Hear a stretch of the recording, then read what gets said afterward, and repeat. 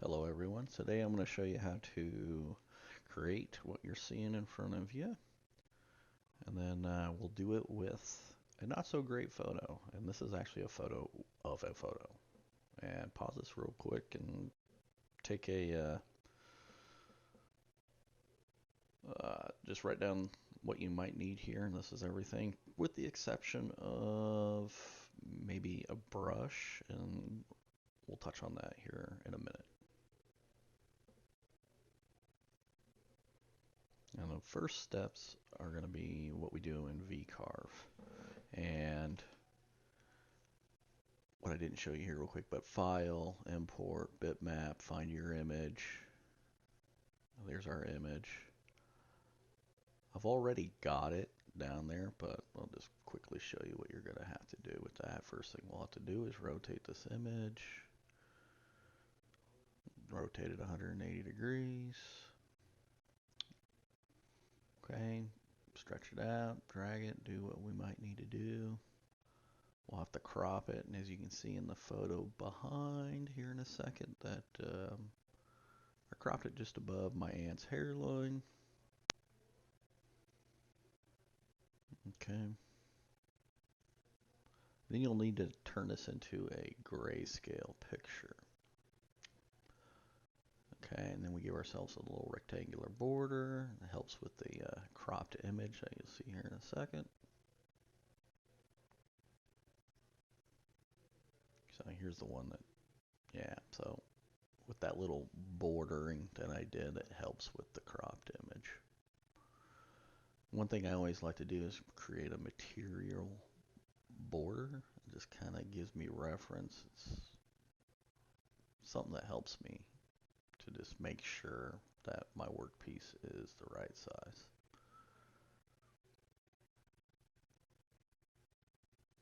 Next step we're going to go through is we're going to have two surfacing tool paths here. Really it's only one, but we will resurface twice. And you see there that I have 2 inches on both sides, and that's just because I have an 1.5 inch surfacing bit, and I won't have to worry about plunging, because plunging on a surface bit, they don't like that. So I just avoid it by oversizing my surfacing area. Then we'll take our images here and just make sure we're centered on our workpiece. Now we'll head over to the tool paths. First tool path we're going to do is going to be a surfacing tool path after we lay down our first initial coat of white epoxy.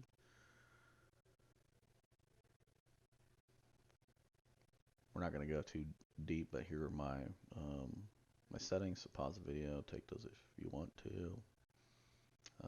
A raster, 90 degrees, and there's no plunge. Okay, we avoid that, and just speeds up the process a little bit actually. And you see there that I do have 2 surfacing tool paths, but anyway, we'll go into the photo V-Carve. Here are my settings here: 0 start depth, max carving 0.07, step over 0.1. I'm using a 60-degree V-bit. I'll show you the settings real quick for that. Pause video, do what you need to do. I can see here that my line spacing is actually at 90%. You can type that in, but you can't actually use the drag bar there to actually get it, so just keep that in mind. Type it in. Line angle, this is just going to show you how we're going to draw our lines in the project, so 45-degree angle.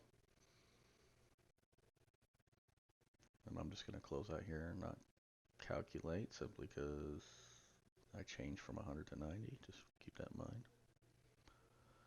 I added another surfacing toolpath here. It's not necessary, but it's just to show you that we are going to do it twice. Once when we flatten the white, and then another one when we flatten the black, and that'll make more sense once we get there. The last toolpath is going to be our final cutout toolpath. I'm using MDF as my sheet good, and then I'm also adding a layer of epoxy there, so it's not really 0.76 inches, but that doesn't really matter. 6 passes is quite a bit, doesn't really need to happen, but since there's a separate or a last pass and some other things, that's just why I do it that way. I will add some tabs though. That'll just keep my work. It'll keep it secured to there, even though I'm using double-sided sticky tape, but it will help in the final. And I'm actually going to add 4 tabs, not 2. And I like to use the 3D tabs because it's just softer and gentler on your CNC machine.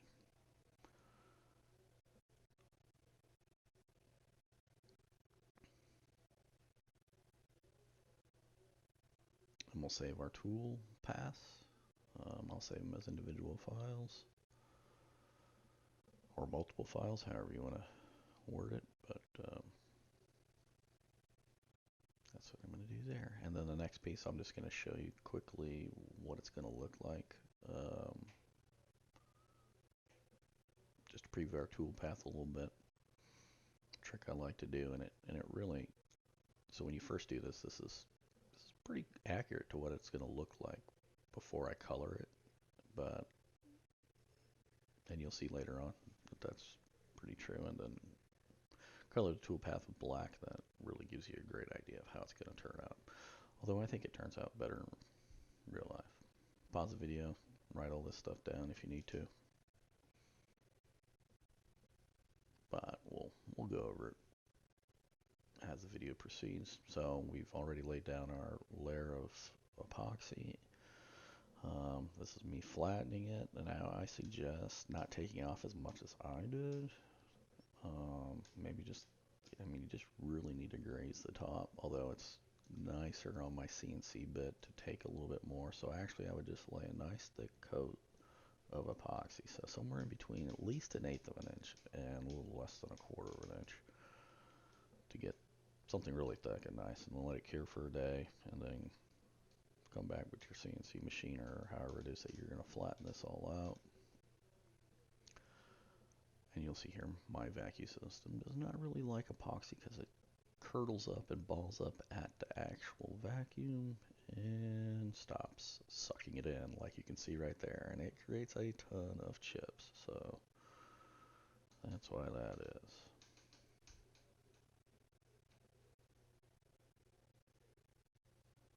There's the after process. Next step is we're going to put in our 60-degree V-bit, zero things out on top.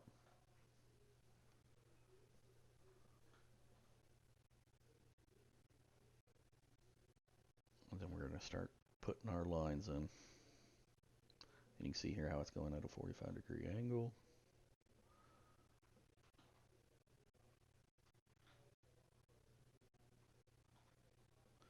The only real issue I actually had with any of this is when you are finished, the V-bit doesn't exactly chew everything out. So you can see in this picture, the right side there, bottom right, is cleaned up. I use a bristle brush. Pretty much anyone will work. I use a combination between a metal and plastic depending upon how big things are. And you can see in the beginning of the video that I'm roughly 20 inches by 20 inches.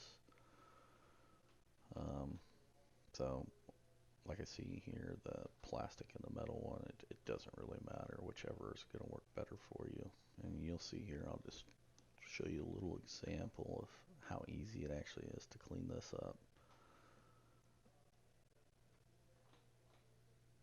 And I did wait 24 hours for the epoxy to cure, but it's not fully cured. So if you waited a week, this process would probably be easier, but who wants to wait a week? And you'll find that the bristle brush just follows the grooves, you know, and that's what you should do too, just follow the grooves. You don't have to apply a lot of pressure, but you do have to, you'll see, you'll have to apply enough pressure to actually get that stuff cleaned out of there. But you can see there, pops up pretty easy, and maybe 5 minutes is what it would take to actually clean this whole thing up. And so, and you notice there with the picture too that it went into the MDF.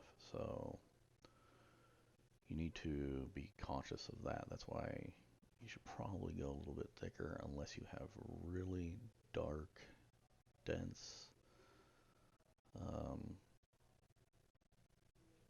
epoxy that you're going to pour on top of it. Like, it cannot be translucent at all. Otherwise, the contrast that you're going to have is not going to be as great as should be. And for here, I'm actually using a black dye and then a Japanese steel gray from Eye Candy, mica powder. So just make sure when you're putting it down that you're just rubbing it in all the cracks very good. And since I did like a blended effect with the shaded borders, you just got to make sure that you really get that put in there quite well. And I make a nice mess. And when you're using epoxy and alcohol, that's what's in that super clear bottle. Just make sure you use the alcohol second, or you will set it ablaze. And that's the after. And I left a piece of tape there, as you can see, and that will really help with, you can pause it here, take some notes, but I left that piece of epoxy, or that tuck tape there, just so I can have a spot to zero comfortably back on my white epoxy.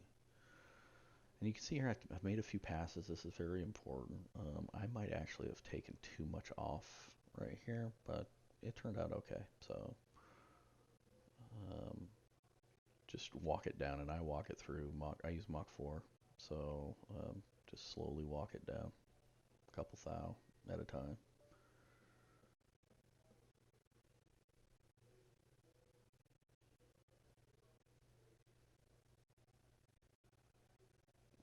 Then we'll cut things out. MDF's a real pain, so I like to come with my shop vac and just keep things cleaned up. That way my CNC bit just glides through there, and I have it taped down, so you want to be careful with that. I start with an 80 grit, and as you can see here, I'm pretty aggressive with it. That's just to get things to really start to blend the way I want to. I'm not worried about any high spots or low spots because we're going to end up flood coating it anyway. And once I'm happy that I've gotten the material off that I want, it should start actually looking like a picture. I'll switch up to a 120 grit. On this picture here, I stepped it up to 180 grit, and then I'll step it again to a final 220 grit.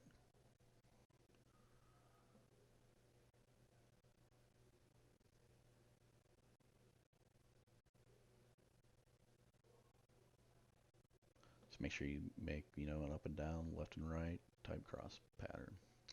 So we're going to cut it out from the tabs, peel off the tuck tape, do whatever we need to do. We're going to use, I use a bond primer from Stone Coat Countertops. This stuff's amazing, but a couple coats and it's just seals up MDF. And MDF's a real pain to work with, but I did tape the bottoms of this, and here I am applying my flood coat, which I probably should have used twice the amount of epoxy that I actually mixed for my flood coat. And you'll see why here in a minute. There's just a few gaps and spots. I could have done another second coat, but the person I was giving this to, it really wouldn't have mattered, and it was just a present gift, so I wasn't going to spend an absorbent amount of money getting this thing going, but probably, so in here I am dipping into my last little, what I thought might be reserve, but it wasn't. So like I said, I did tape the underside, which means, 5-6 hours from now, I'm going to come underneath, I'm going to peel that tape off, and this is what it looks like. It came out okay. It's not solidified or anything at this point, but it's still sort of leveling out, but it looks really good. And even with the busy pattern that you see with the wreath, it came out looking really good. And the bigger the picture, the easier it is. The smaller the picture, the harder things are. So, hope you enjoyed and learned something. Thanks for watching.